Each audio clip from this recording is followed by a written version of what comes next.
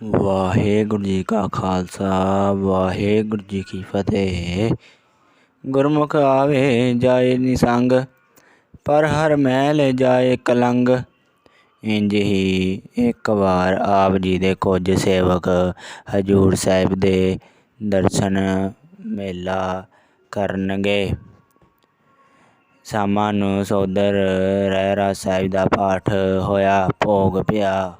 ਉਪਰੰਤ ਦੇਗ ਵਰਤੀ ਤਾਂ ਇੱਕ ਹੋਰ ਸਿੰਘ ਜੋ ਇਸੇ ਇਲਾਕੇ ਦਾ ਸੀ ਤੇ ਸੰਤਾਂ ਨੂੰ ਜਾਣਦਾ ਸੀ, ਇਹਨਾਂ ਸਿੰਘਾਂ ਕੋਲ ਆਇਆ। ਪੁੱਛਣ ਲੱਗਾ, ਮੈਂ ਘੁੰਮਣਾ ਵਾਲੇ ਸੰਤ ਦੇ ਹੁਣੇ ਦਰਸ਼ਨ ਕੀਤੇ ਹਨ, ਤੁਹਾਡੇ ਲਾਗੇ ਹੀ ਬੈਠੇ ਸਨ, ਹੁਣ ਕਿੱਧਰ ਚਲੇ ਗਏ ਹਨ?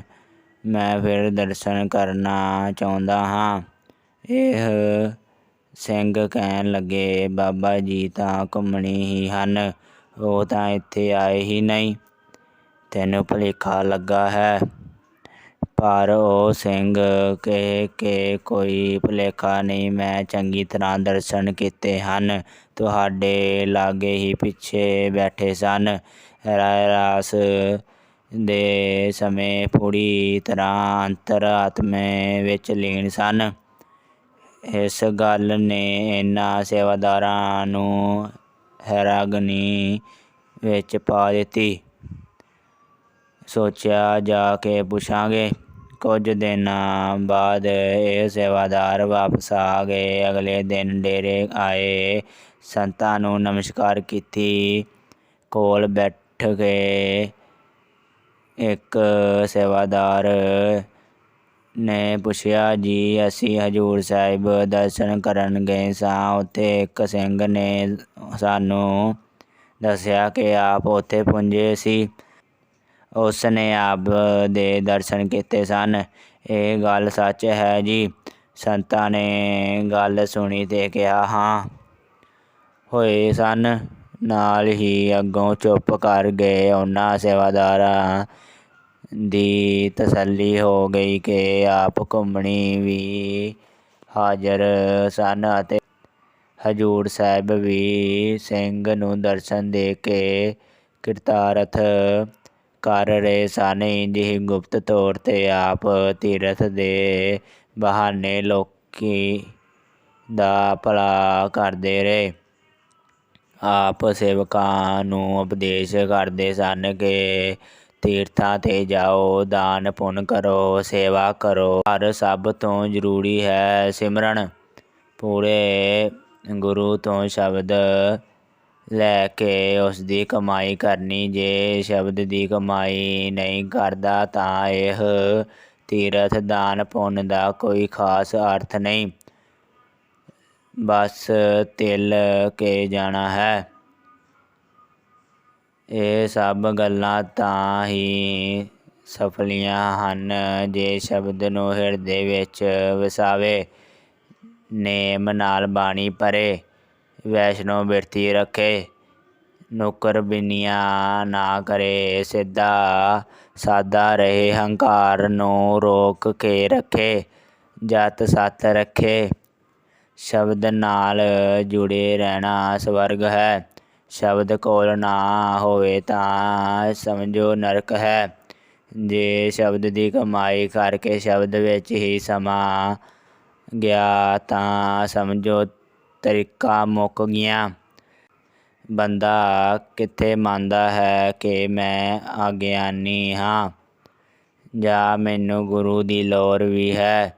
ਇਹ ਆਪਣੇ ਤੌਰ 'ਤੇ ਯਤਨ ਕਰਦਾ ਹੈ। ਇਹਨੇ ਆਪਣੇ ਲੋਕ ਕੁੰਜੀਆਂ ਦੀ ਪੰਡ ਚੁੱਕੀ ਹੋਈ ਹੈ, ਦਾਨ ਦੀ ਕੁੰਜੀ, ਪੁੰਨ ਦੀ ਕੁੰਜੀ, ਤੀਰਥ ਰਟਣ ਦੀ ਕੁੰਜੀ, ਭੇਖ ਦੀ ਕੁੰਜੀ, ਗੋਸ਼ਟੀਆਂ ਦੀ ਕੁੰਜੀ ਆਦਿ ਕਈ ਕੁੰਜੀਆਂ ਹਨ ਇਹਦੇ ਕੋਲ। ਪਰ ਜਿਸ ਅਸਲ ਕੁੰਜੀ ਨਾਲ ਮਨ ਦਾ ਤੱਕ ਉਘਾੜਨਾ ਹੈ, ਉਹ ਕੁੰਜੀ ਗੁਰੂ ਕੋਲ ਹੈ।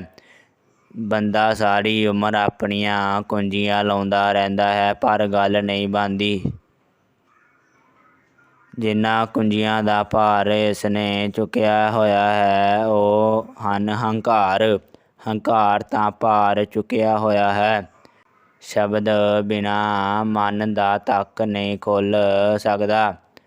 ਇਹ ਸ਼ਬਦ ਦੀ ਕੁੰਜੀ ਗੁਰੂ ਬਗੈਰ ਹੋਰ ਕਿਤਿਓਂ ਨਹੀਂ ਮਿਲਦੀ। ਗੁਰੂ ਸਿੱਖ ਨੂੰ ਕੁੰਜੀ ਵੀ ਦਿੰਦਾ ਹੈ, ਕੁੰਜੀ ਲਾਉਣ ਦੀ ਜੁਗਤ ਵੀ ਦੱਸਦਾ ਹੈ। ਤੱਕ ਕਿਵੇਂ ਖੋਲ੍ਹਦਾ ਹੈ?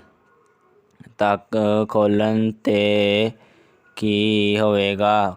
ਖੰਡਾ ਬ੍ਰਹਮੰਡਾਂ ਦੀ ਸੋਝੀ ਕਿਵੇਂ ਹੋਵੇਗੀ? ਇਹ ਸਭ ਗੱਲਾਂ ਗੁਰੂ ਜਾਣਦਾ ਹੈ।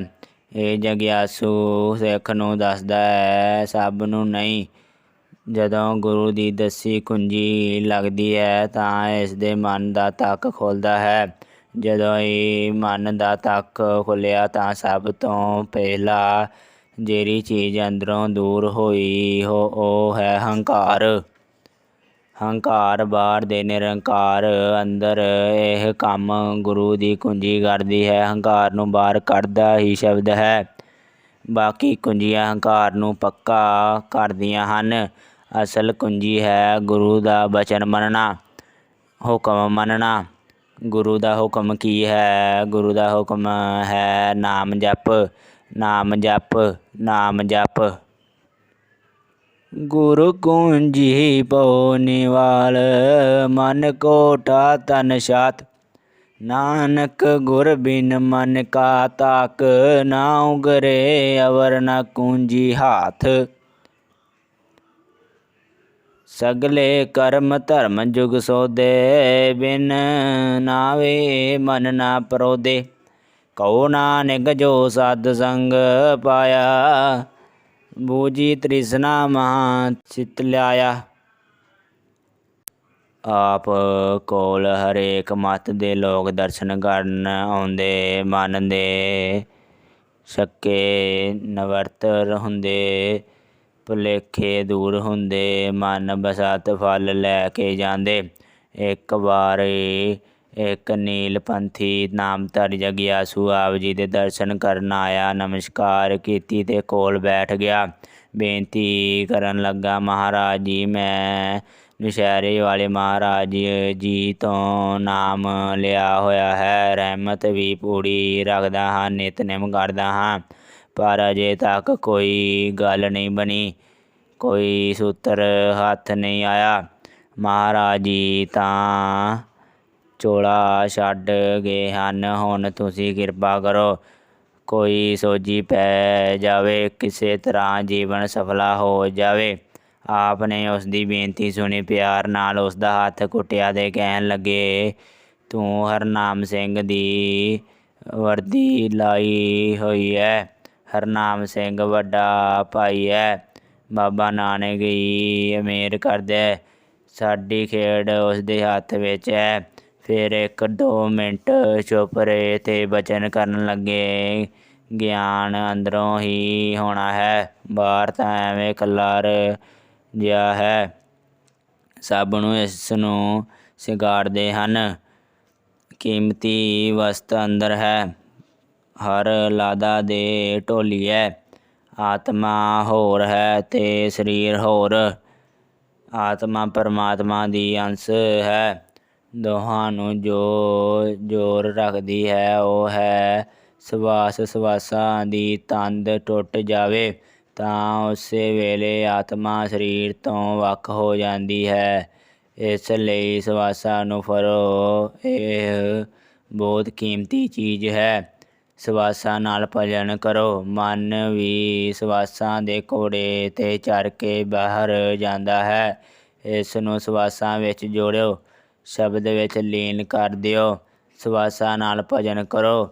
ਬਾਹਰਲੇ ਰਸਾਂ ਕਸਾਂ ਤੋਂ ਬਚ ਕੇ ਰਹੋ।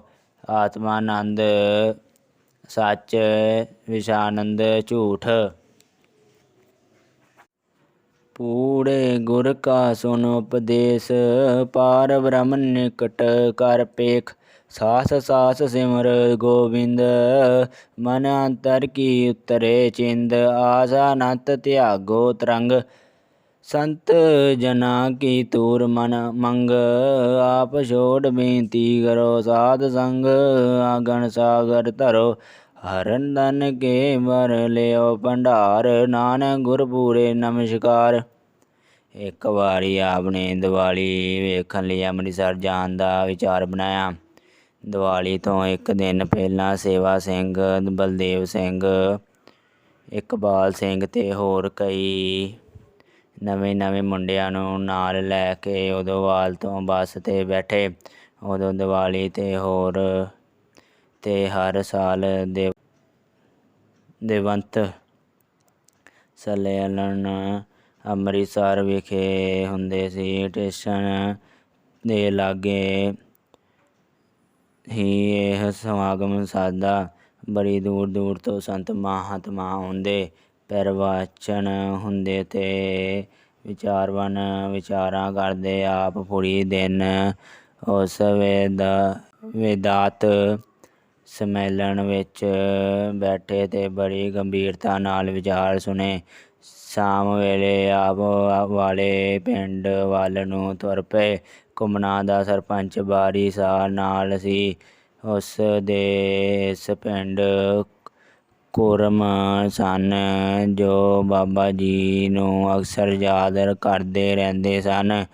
ਬਾਰੀ ਸ਼ਾਹ ਦੇ ਮਨ ਵਿੱਚ ਵੀ ਸੀ ਕਿ ਐਸੇ ਮਹਾਨ ਤਪਸਵੀ ਮਹਾਂਪੁਰਖਾਂ ਨਾਲ ਆਪਣੇ ਰਿਸ਼ਤੇਦਾਰਾਂ ਦਾ ਮਿਲਾਪ ਕਰਾਵੇ, ਚਲੋ ਉਹਨਾਂ ਦਾ ਵੀ ਭਲਾ ਹੋ ਜਾਵੇ। ਵਾਲੇ ਪਿੰਡ ਪੁੱਜ ਕੇ ਕਹਿਣ ਲੱਗੇ, ਅਸੀਂ 10-12 ਜਾਣੇ ਹਾਂ, ਅਗਲੇ ਦੇ ਘਰ ਜਾ ਕੇ ਤੰਗੀ ਦਿਆਂਗੇ।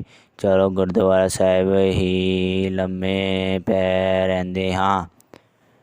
ਇਸ ਪਿੰਡ ਵਿੱਚ ਗੁਰੂ ਤੇਗ ਬਹਾਦਰ ਜੀ ਦਾ ਇਤਿਹਾਸਕ ਗੁਰਦੁਆਰਾ ਹੈ, ਜਿੱਥੇ ਹਰ ਸਾਲ ਬੜਾ ਭਾਰੀ ਜੋੜ ਮੇਲਾ ਲੱਗਦਾ ਹੈ। ਰਾਤ ਇੱਥੇ ਹੀ ਕੱਟੀ। ਸਵੇਰੇ ਉੱਠ ਕੇ ਇਸ਼ਨਾਨ ਪਾਣੀ ਕੀਤਾ। ਪੁੱਛਣ ਲੱਗੇ, ਕੋਈ ਸਾਡਾ ਵੀ ਡੋਆਡੋ ਆਇਆ ਹੈ ਕਿ ਨਹੀਂ। ਸੇਵਕਾਂ ਦੱਸਿਆ ਕਿ ਪਰਿਵਾਰ ਵਾਲੇ ਲੈਣ ਆਏ ਹਨ। ਸਾਰੀ ਸੰਗਤ ਸਮੇਤ ਉਹਨਾਂ ਦੇ ਘਰ ਚਰਨ ਪਾਏ। ਹੱਥਾਂ 'ਤੇ ਹੀ 2-2 ਪ੍ਰਸਾਦੇ ਛਕੇ। ਵੈਸ਼ਨੋ ਬਿਰਤੀ ਤੇ ਨਾਮ ਬਾਣੀ ਦਾ ਉਪਦੇਸ਼ ਦਿੱਤਾ। ਉੱਥੋਂ ਚੱਲ ਕੇ ਅੰਮ੍ਰਿਤਸਰ ਦਰਬਾਰ ਸਾਹਿਬ ਆ ਗਏ। ਆਪ ਨੇ ਪਰਿਕਰਮਾ 'ਚ ਬਹਿ ਕੇ ਕੀਰਤਨ ਸੁਣਾਇਆ। ਰਾਤ ਨੂੰ ਸਭ ਨੂੰ ਆਤਿਸ਼ਬਾਜ਼ੀ ਦੇ ਰੰਗ ਵਿਖਾਏ। ਸਵੇਰੇ ਸੁਵਖਤੇ ਬੱਸ 'ਤੇ ਚੜ੍ਹ ਕੇ ਬਟਾਲੇ ਆਣ ਉਤਰੇ। ਕਹਿਣ ਲੱਗੇ, ਤੁਰਦੇ ਚੱਲੀਏ। ਸਾਰੀ ਸੰਗਤ ਨਾਲ ਤੁਰ ਪਈ। ਬਟਾਲੇ ਤੋਂ ਨਿਕਲ ਕੇ ਆਪ ਪਿੰਡ ਫੁੱਲਰ ਆ ਗਏ। ਇੱਕ ਪਰਸਰਾਮ ਬ੍ਰਾਹਮਣ ਜੋਗ ਵਿਸ਼ਟ ਬੜੇ ਪਿਆਰ ਨਾਲ ਪੜ੍ਹਦਾ ਹੁੰਦਾ ਸੀ, ਉਸ ਕੋਲ ਜਾ ਬੈਠੇ। ਉਹ ਪੰਡਿਤ ਖੁਸ਼ ਹੋ ਗਿਆ। ਉਸ ਨੇ ਪਹਿਲਾਂ ਸਭ ਨੂੰ ਲੱਸੀ ਛਕਾਈ ਤੇ ਫਿਰ ਵਿਸ਼ਟ ਸੁਣਾਇਆ। ਦੁਪਹਿਰ ਬਾਅਦ ਉੱਥੋਂ ਉੱਠ ਕੇ ਵਾਪਸ ਡੇਰੇ ਆ ਗਏ। ਆਪ ਦਾ ਇੱਕ ਅਨੰਨ ਸ਼ਰਧਾਲੂ ਸੁਲੱਖਣ ਸਿੰਘ ਮੁਕੇਰੀਆਂ ਤੋਂ ਦਰਸ਼ਨ ਕਰਨ ਆਉਂਦਾ ਸੀ। ਉਹ ਸਕੂਲ ਅਧਿਆਪਕ ਸੀ ਤੇ ਸੰਤ ਉਸ ਨੂੰ ਅਕਸਰ ਮਾਸਟਰ ਜੀ ਕਹਿ ਕੇ ਬੁਲਾਉਂਦੇ। ਉਸ ਦੀ ਬੇਨਤੀ ਤੇ ਸੰਗਤ ਸਮੇਤ ਇੱਕ ਦਿਨ ਆਪ ਟਰੈਕ 'ਤੇ ਚੜ੍ਹ ਕੇ ਮੁਕੇਰੀਆਂ ਪੁੱਜ ਗਏ। ਕੁਝ ਦੇਰ ਰੁਕੇ, ਜਲ ਪਾਣੀ ਛਕਿਆ ਅਤੇ ਫਿਰ ਵਾਪਸ ਤੁਰ ਪਏ। ਕੁਝ ਸਰੀਰਾਂ ਨੇ ਸੋਚਿਆ ਕਿ ਬਾਬਾ ਜੀ ਹੁਣ ਕਾਫੀ ਕਮਜ਼ੋਰ ਤੇ ਬਜ਼ੁਰਗ ਹੋ ਗਏ ਹਨ, ਹੁਣ ਇਹਨਾਂ ਨੂੰ ਏਡੀ ਦੂਰ ਟਰੱਕਾਂ 'ਤੇ ਨਹੀਂ ਜਾਣਾ ਚਾਹੀਦਾ। ਉਹਨਾਂ ਆਪਸ ਵਿੱਚ ਇਹ ਵਿਚਾਰ ਸਾਂਝਾ ਕੀਤਾ। ਸੰਤ ਬਾਬਾ ਜੀ ਅੰਤਰਜਾਮੀ ਸਨ। ਉਦੋਂ ਨਾ ਤਾਂ ਮੁਕੇਰੀਆਂ ਅਤੇ ਨਾ ਹੀ ਸ੍ਰੀ ਹਰਗੋਬਿੰਦਪੁਰ ਵਿਖੇ ਬਿਆਸ ਦਰਿਆ ਉੱਤੇ ਪੁਲ ਸੀ। ਉੱਪਰੋਂ ਦੀ ਘੁੰਮ ਕੇ ਬਿਆਸ ਅਤੇ ਬਾਬੇ ਬਕਾਲੇ ਰਾਹੀਂ ਆਉਣਾ ਪੈਂਦਾ ਸੀ। ਜਦੋਂ ਟਰੱਕ ਬਾਬੇ ਬਕਾਲੇ ਲਾਗੇ ਪੁੰਜਾ ਤਾਂ ਆਪ ਟਰੱਕ ਤੋਂ ਉੱਤਰ ਖਲੋਤੇ। ਸੰਗਤ ਵੀ ਉੱਤਰ ਗਈ। ਕਹਿਣ ਲੱਗੇ, ਪੈਦਲ ਹੀ ਚੱਲਦੇ ਹਾਂ, ਆ ਤਾਂ ਘੁੰਮਣ ਨੇ। ਸਾਰੀ ਸੰਗਤ ਸੋਚੀ ਪੈ ਗਈ, ਇੰਨਾ ਪੈਂਡਾ ਕਿਵੇਂ ਕਰਨਾ ਹੈ? ਸੰਤ ਕਿਵੇਂ ਕਰਨਗੇ ਇੰਨਾ ਪੈਂਡਾ? ਚੁੱਪ ਕਰਕੇ ਪਿੱਛੇ ਪਿੱਛੇ ਤੁਰ ਪਏ। ਹੌਲੀ ਹੌਲੀ ਉਹ ਜੀਵ ਜਿਹੜੇ ਕਹਿੰਦੇ ਸਨ, ਬਾਬਾ ਜੀ ਬਜ਼ੁਰਗ ਹੋ ਗਏ ਹਨ, ਇੰਨੀ ਦੂਰ ਨਾ ਆਇਆ ਕਰਨ। ਉਹ ਥੱਕ ਗਏ। ਕਹਿਣ ਲੱਗੇ, ਮਹਾਰਾਜ ਜੀ ਟਰੱਕ 'ਤੇ ਚੱਲ ਚੱਲੀਏ, ਨਹੀਂ ਤਾਂ ਬੱਸ 'ਤੇ ਚੱਲਦੇ ਹਾਂ।